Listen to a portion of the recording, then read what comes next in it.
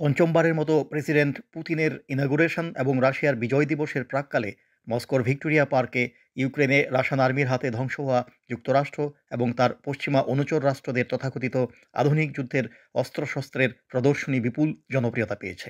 এই প্রদর্শনীর স্লোগান হচ্ছে নাশা পাবেদা নিইজবেজনা, বা আমাদের বিজয় অনিবার্য। এটি আমেরিকার বহুল আলোচিত ট্যাঙ্ক আব্রামস। পশ্চিমাদের ভাষ্যমতে সবচেয়ে আধুনিক যে ট্যাঙ্ক আব্রামসকে আমরা দেখতে পাচ্ছি যে এটির কী অবস্থা হয়েছে।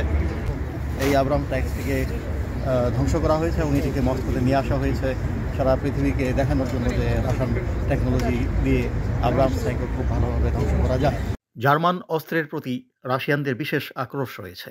দ্বিতীয় বিশ্বযুদ্ধে জার্মানিদের যেভাবে পরাজিত করে বার্লিন পর্যন্ত পৌঁছে দিয়েছিল, এবারও তাই হবে, এটাই প্রত্যেকটি রাশিয়ান মনে প্রাণে বিশ্বাস করে। আর তাই তো প্রদর্শনীতে জার্মান ট্রফির জন্য বিশেষ স্ট্যান্ড গঠন করা হয়েছে, যেখানে দ্বিতীয় বিশ্বযুদ্ধের সময়কার মার্ডার 1 এবং পাশেই দখল করা আধুনিক মার্ডার 2কে রাখা হয়েছে এবং বড় করে লেখা রয়েছে ইতিহাসের পুনরাবৃত্তি। জার্মানির লেপার্ড 2, যেটি নাকি সুপার আধুনিক এবং যুদ্ধে যে কাউকে পরাজিত করার ক্ষমতা রাখে, দেখা যাচ্ছে যে প্রায় নতুন ট্যাঙ্কে রাশিয়া দখল করে মস্কো অব্দি নিয়ে এসেছে। এখন পর্যন্ত 50টির মতো লেপার্ড ধ্বংস করা হয়েছে বলে আমরা জানতে পেরেছি।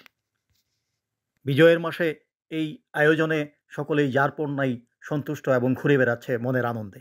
দর্শক, প্রত্যেকটি ভেহিকলের সামনে একজন করে আর্মি পার্সন রয়েছেন যারা সম্মুখ যুদ্ধে অংশগ্রহণ করেছেন এবং এইসব ট্রফিগুলোকে তারা নিজের হাতে দখল করেছেন। এরকমই একজন অত্যন্ত ইয়াং রাশিয়ান সোলজার, যিনি এই গেরোই রাশি বা হিরো অফ রাশিয়া পদক পেয়েছেন, তার সাথে আমি কথা বলেছি। রাশিয়ার ওয়ান অফ দ্য হিরো এই সোলজারের সাথে যাচ্ছি। তার যে মেডালগুলো রয়েছে সেগুলো সেই যুদ্ধে এই মেডেলগুলো পেয়েছে। সাথে পরিচয় হলো। আমি ওনাকে জিজ্ঞেস করব যে আপনার এই অনুভূতি কি আজকের এই প্রদর্শনী দেখার পরে?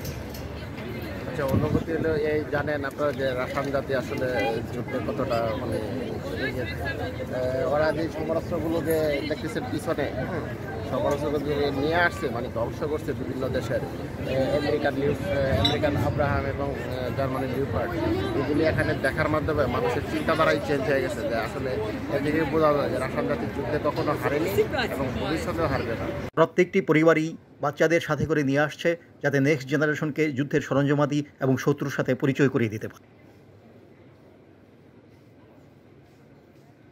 দুঃখজনক হলেও এটি বাস্তব যে রাশিয়া এবং ইউক্রেনের এই যুদ্ধ খুব শীঘ্রই শেষ হচ্ছে না, কেননা পশ্চিমা দেশগুলো নেটো এবং যুক্তরাষ্ট্র আরও বেশি ইউক্রেনীয়দেরকে সমরাস্ত্র দিয়ে এবং আর্থিকভাবে সাহায্য করার জন্য তারা বিভিন্নভাবে বিভিন্ন ধরনের প্রজেক্ট গ্রহণ করছে। আমরা জানি যে 20 এপ্রিল আমেরিকার সিনেটে যেই $61 বিলিয়ন একটি আর্থিক অনুদান ইউক্রেনের জন্য শেষ পর্যন্ত এটি পাস হয়েছে এবং আমরা দেখতে পাচ্ছি যে ইউরোপিয়ান ইউনিয়ন এবং নেটো আরও বিভিন্ন ধরনের ফান্ড গঠন করছেন ইউক্রেনকে সাহায্য করার জন্য এবং এটির মাধ্যমেই প্রমাণিত হয় যে এই যুদ্ধে যে ইউক্রেনের সৈন্যদের শেষ সৈন্যটি পর্যন্ত তারা যুদ্ধ চালিয়ে যেতে আগ্রহী এবং তার মাধ্যমে রাশিয়াকে দুর্বল করাই হচ্ছে গিয়ে